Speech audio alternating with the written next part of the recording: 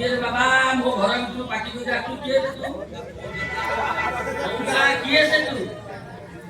मौसा नहे मौसा आ कोन भाई मौसा नो आ पुओ ना पुओ नो এটা গুড়া জয়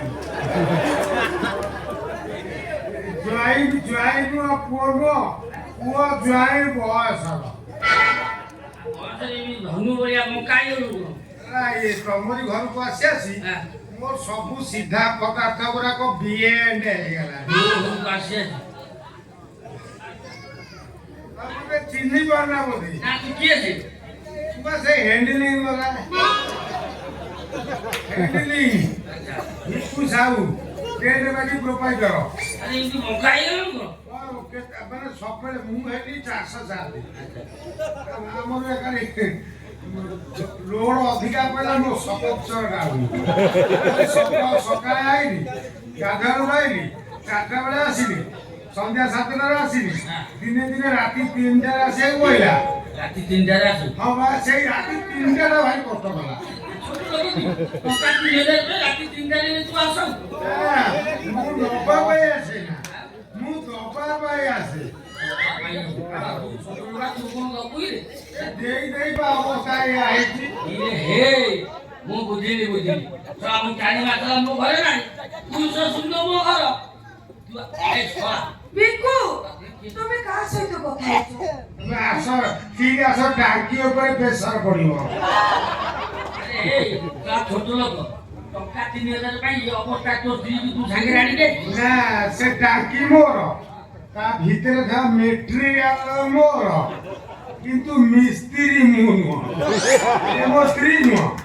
বিকু ঠিক কইছন্তি আমার বাহাঘর হেইনি বাবা বাবা তুমি কোন তুমি ঝিওকে চিনি পারো हेलो दिला अरे तोरो ये की अवस्था এটা সা অরিজিনাল না বিকুলি কি হ্যাঁ হ্যাঁ মু হ্যাঁ মজি ডুপ্লিকেট দিও ফল ডুপ্লিকেট ହେଇଯିବ তুমি তো 6-7 মাস ହେଲା ঘরକୁ ଆସୁନ ହଠାৎ ଦିନେ ରାତିରେ ଲାଇନ ପଳେଇଲା ମତେ ଭାରି ଡର ମାଇଲା ମୁଁ ସେଇଠୁ ବିକୁକୁ ଫୋନ କରି ଡାକି ଦେଲି ହଁ ମତେ ଫୋନ କଲ ତମେ ଶୀଘ୍ର ଆସ ମୁଁ ଆଇଲେ ହ୍ୟାଣ୍ଡେଲଟା ଆଣି ନଥିଲି ରାତିରେ ଛୋଟ ଡିଜିଟା ନେଇକି ଆଇଥିଲି ଏଠୁ ଆଇଥିଲି ହ୍ୟାଣ୍ଡେଲ ଲୋକ ଛାଇ ଆସିଥିଲେ ବଳ ଗଲା କେମିତି ଚଳିଲା ବା କେମିତି ଗଲା 4ଟା 5ଟା ଡୁମ୍ ଫ୍ୟୁଜ ହେଇଯାଇଛି ହଁ ଅତ୍ୟଧିକ ଲୋଡ ପଇଲା ଆଉ ନା ଯେହେତୁ ମୁଁ ହ୍ୟାଣ୍ଡେଲ ଆଣି ନଥିଲି ସେ ମୁଁ ଆଇଲି ମତେ ଡାକିଲେ ଏଠୁ କ'ଣ କରିବି ଆସିକି ମୁଁ କହିଲି ମୁଁ ଆଉ ରହିବା ଦରକାର ନାହିଁ ମୁଁ ପଳଉଛି ମତେ ବାଧ୍ୟ କଲେ ତମେ ନା ଆଜି ରାତିରେ ରହିଯାଅ ମତେ ଡର ମାରୁଛି ତମେ ତ 4 ମାସ ସିଆଡ଼େ ବୁଲିଲ ଚୋର କପିଲା ଭଳିଆ ବୁଲୁଛ କାହା ଟଙ୍କାରେ ଦଉନା ସବୁ ଖାଇ ଦେଇ ବୁଲୁଛ ଆଉ ସେଥିପାଇଁ ମୁଁ ରହିବାକୁ କହିଲା ରହିଲା ସେ ବଳ ଗଲା କେମିତି ରହିଲା ମୋର ଷ୍ଟୋରିଟା ଶୁଣି ସାର ବିକୁ କୁହ ମୁଁ ରହିଲା ସେ ଅଟକେଇଲେ କ'ଣ କରିବି ଶୋଇବି କୋଉଠି ସେ ମେନ୍ କଥା ଶୋଇବା চেয়ার উপরে শুয়ে পড়লেন ଶୋଇବାଟା ବଡ଼ ହେଲେ ମୁଁ 12ଟାରେ ଶୋଇଲି ସେ ଘର ଭିତରେ ଶୋଇଲି ମୁଁ ଜମା ଶୋଇଛି ଆଖି ନିଦ ତ ପଡ଼ିଯାଇଛି ଆଉ ମତେ କିଏ ବୁଝେ ଉଠ ଷ୍ଟାର୍ଟ କର ବିକୁ ଭାଇ ଉଠିଲେ କହିଲେ ମୁଁ ହ୍ୟାଣ୍ଡେଲ ଆଣିଛି ପୁଣି ଶୋଇଛି ପୁଣି କହିଲେ ହେ ଉଠ ଆଉ ଷ୍ଟାର୍ଟ କର ପୁଣି ସେ ଏକା କଥା କହିଲେ ମୁଁ ପରା ହ୍ୟାଣ୍ଡେଲ ଆଣିନି ଶଳା ତୁ ମୋ ଝିଅ ମେସିନ ପଡି ଯାଇଛୁ ନା ତା ମେସିନ ପଡ଼ିଲେ ସେ ମେସିନଟା କାର୍ବନ ହେଇଯାଇଛି କାର୍ବନ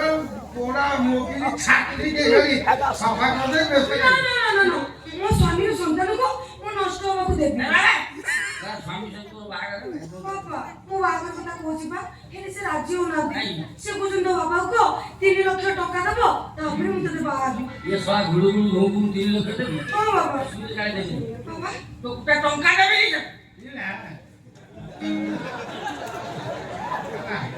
ହେଲା ତମରେ ନ ରହିଲା ଗାଈ ବାଛୁରୀ ଉଟ ଅଘା ଗୋବର ଘାସ ସବୁ ରଖ ମୁଁ ଚାଲିଲି ଗୁଆଳ ଏ ଅବସ୍ଥାରେ ଛାଡିକି ଚାଲିଗଲେ ମତେ କିଏ ସାବ ତୋ ବାପା ମୋ ଝିଅ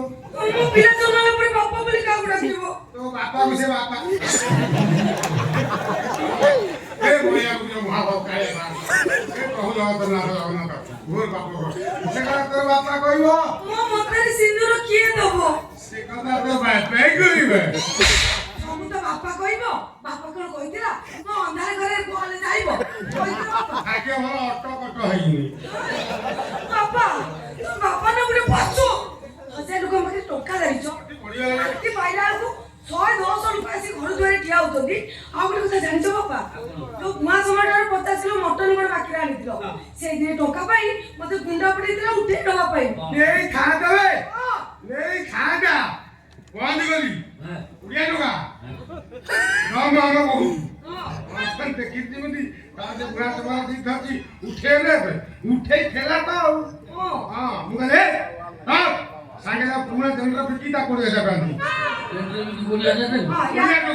ୟାଠୁ ଭଲ ଯୋଇ ତମେ କଣ ପାଇଥାନ୍ତ?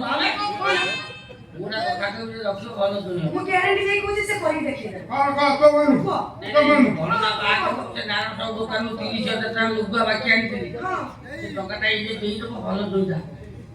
ହେଲା